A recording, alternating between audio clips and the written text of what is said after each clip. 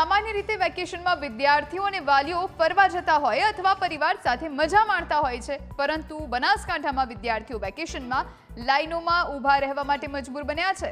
નવા એડમિશન લેવા માટે વિવિધ દાખલાની જરૂર પડતી હોય છે, ત્યારે દાંતા તાલુકામાં વિદ્યાર્થીઓ અને વાલીઓ દાખલા માટે રઝળપાટ કરવા માટે મજબૂર બન્યા છે। आदिवासी वस्ती धरावता दांता तालुकामां 186 गामोनो समावेश थाय छे। आ 186 गामना विद्यार्थीओने दाखलो कढाववा माटे मात्र एक ज दांता खाते आवेल जन सुविधा केन्द्र छे, जेथी अहीं लांबी लाइनो लागी रही छे। दाखलो कढाववा माटे 2 થી 3 कचेरीओना धक्का खावा पड़े छे। ત્યારે ક્યારેક સર્વર ડાઉન, ક્યારેક કર્મચારીઓની અછતના લીધે લોકોને વારંવાર ધક્કા ખાવાનો વારો આવે છે, જેમાં રૂપિયા અને સમય બંનેનો બગાડ થાય છે। ત્યારે જન સુવિધા કેન્દ્ર વધારવા માટે લોકોએ માંગ કરી।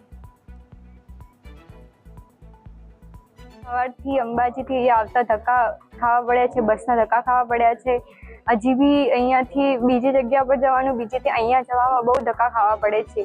186 ગામડાઓમાંથી આ એક જ સેન્ટર છે, તેથી મને સરકારથી વિનંતી છે કે આ સેન્ટર બીજે વરી ક્યાંક ખોલે તેવી મારી નમ્ર વિનંતી છે। સર્વર ડાઉન હોય તો 2-3 કલાક સુધી લાઈનમાં બેસી રહેવું પડે છે, અહીંયા ઊભું રહેવું પડે છે, અને 2 દિવસથી હું પાછો અંબાઈથી પાછો અહીંયા આવું છું, અને એમાં એમાં કંટાળી જવાય સર। અમારા નોકરી ધંધા છોડીને આવવા પડે છે। જન સેવા કેન્દ્રમાં વિદ્યાર્થીઓનો હાલમાં એડમિશનની પ્રક્રિયા ચાલુમાં હોય, વિદ્યાર્થીઓનો ભારે ધસારો રહે છે।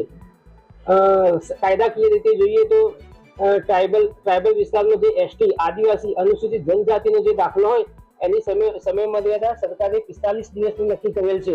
છતાં પણ અમે જન સેવા કેન્દ્રમાં વિદ્યાર્થીઓ અને વાલીઓને વધારે અને હેરાન થવું ન પડે એ માટે અમે જેમ બને એમ ઝડપથી 15 થી 20 દિવસમાં અમે એસટી અનુસૂચિત જનજાતિનો દાખલો અમે એટલી આપીએ છીએ।